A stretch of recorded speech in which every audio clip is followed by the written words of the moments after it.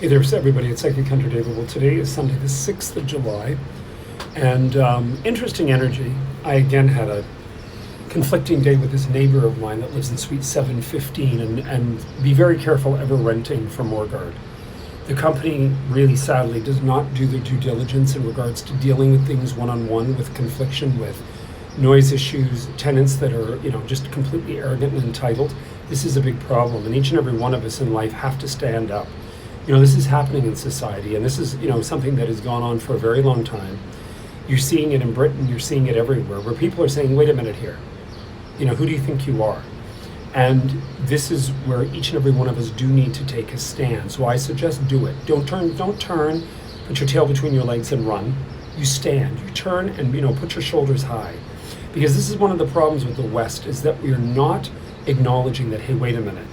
You want to become a part of a society that's established. Work with the sophistication that you're also having to interact with other people. This is not about your world, it's about everyone's world. And we all are here together to work together. So be very, very aware of what's going on in your life and make sure you take a stand. Because if you don't take a stand, you're going to be seen as weak.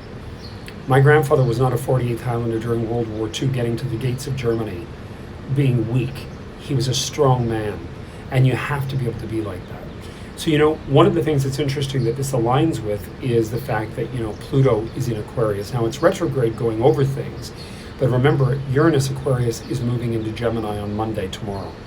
And this is a huge, huge development for each and every one of us. The Gemini is mercurial, it's communication, etc., where it's been in Taurus.